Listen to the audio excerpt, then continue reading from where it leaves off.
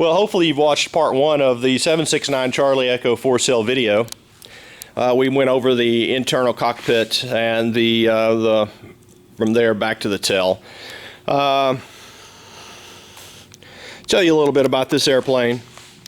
When it was put together after its first flight, it just flew great. There was no problems during first flight, really no squawks. It had plenty of people looking at it when it was being built, and just every RV professional that I could find in the area do a pre-flight examination on this aircraft and passed with flying colors. Everybody said it was great aircraft, and sure enough, there was no problems during the first flight, and it has flown well ever since.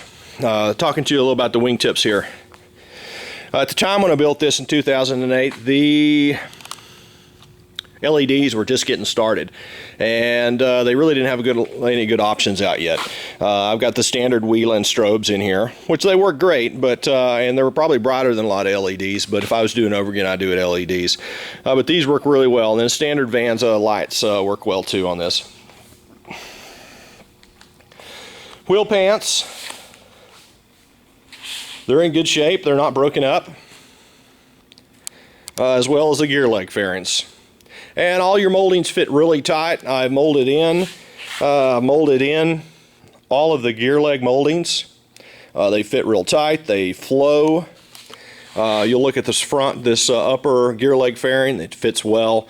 Fits like a glove up against a fuselage. You'll notice a lot of the detail work on a lot of these RVs are really lacking. And I tried to spend a lot of time to do this detailed work.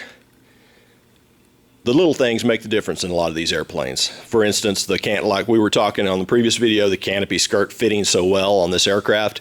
It's because we took the time to make sure it fit well. This airplane has a Hartzell blended airfoil. The Hartzell blended airfoil is pretty much the go-to prop for the RV guys right now. In 2008, it was the best thing going, and today it's still the best thing going for the RV constant speed prop, the blended airfoil. It has no nicks. It hasn't had any major dress outs. The prop is in good shape. Should service you well for a long time.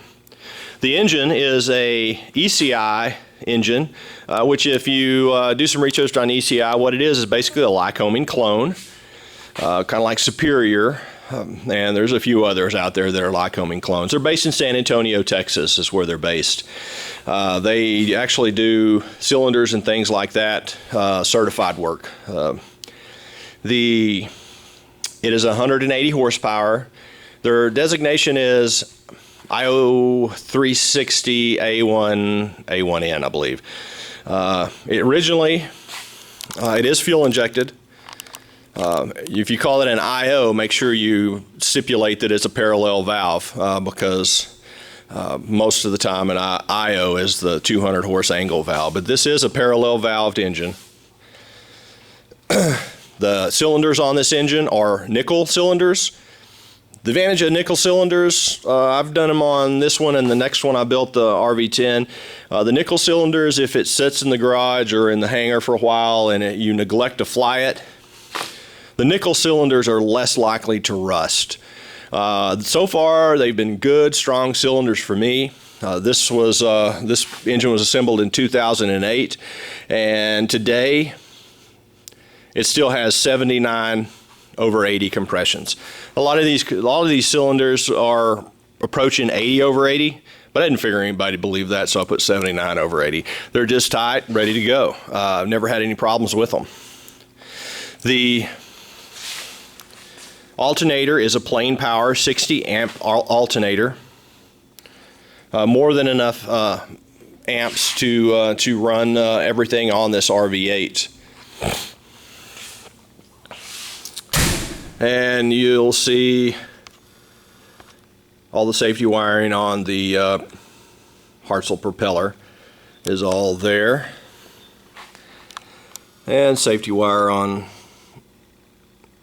your alternator is all there. There's your fuel distributor on the top. Baffling is standard Vans baffling. A lot of guys will build a fancy plenum for it, but I tell you, I saw absolutely no need to build a plenum. I have absolutely no cooling problems with this engine. The oil temperature stays at an optimum temperature. You never have a problem with the cylinder head temperatures. Never had the problem with exhaust temperatures, and I'm down in San Antonio, Texas, so it gets pretty hot down here in the summer. I do have a spin-on oil filter, and it does have a 90-degree attachment. That way it's a little easier to get it off. There's no tack line, of course, attached to this because it's electronic through the EFIS. There is an adapter that goes on one of the mags to get your RPM information. It does have a oil separator. Does a pretty good job as long as you don't overfill the engine. If you keep it at a reasonable level. When I say reasonable level, this engine calls for 8 quarts. All of the IO320, IO360s call for 8 quarts. And most people that know anything about these engines know that if you try to keep 8 quarts in these engines, it's just going to blow it out. That's when you start getting your messy, your oily belly. These engines say they want 8 quarts, but they don't want 8 quarts. They'll blow it out to about 6 quarts, and they'll stay for 6 quarts. And then that's when you'll get to realizing your real engine burn is after that. Batteries on the firewall. It's an Odyssey Slim battery. Those are real good batteries. The magnetos on this engine are slick mags.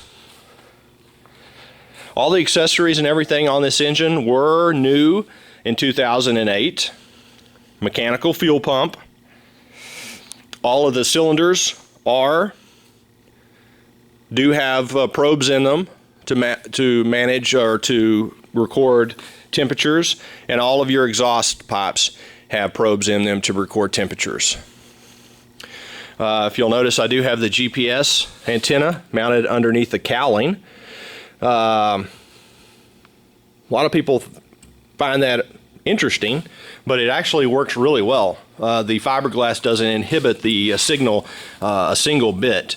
And it's a good place that's out of the way on the RV8, and it's easy to mount here. I actually mounted it in the same place in the RV10, and it works exceptionally well in the RV10 too.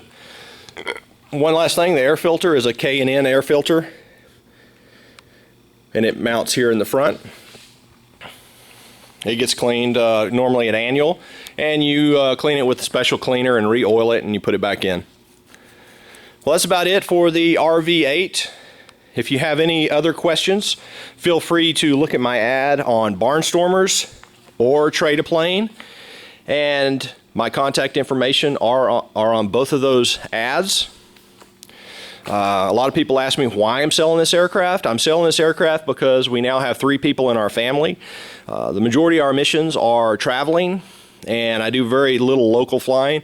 We would go on vacation, we would go see our parents, we would go mainly as a family, me and my wife. And when our little baby girl got on the ground, it's not getting flown, and sadly, it doesn't make any sense for me to keep it. I can tell you this without a doubt, the most fun plane that I've ever flown is this RV8. And I don't think that will ever change unless somebody lets me fly their jet. This thing that will do so much. It has baggage in the front, it has baggage in the back. You can put 2 people in it. You can go to the Bahamas. You can be from Texas and South Florida in 6 hours. You can be to the West Coast in 6 hours. You can be up to Canada in 6 hours.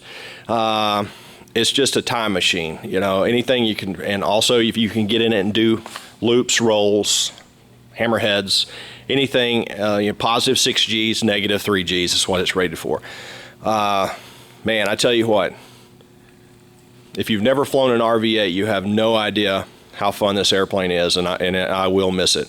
Will I ever rebuild one? I probably will. I'll probably miss it enough to where I'll rebuild it. But it's going to be probably 7 years down the road, and you'll see me in another RV8. This one can be yours, though. Check out my ads. Thanks for looking.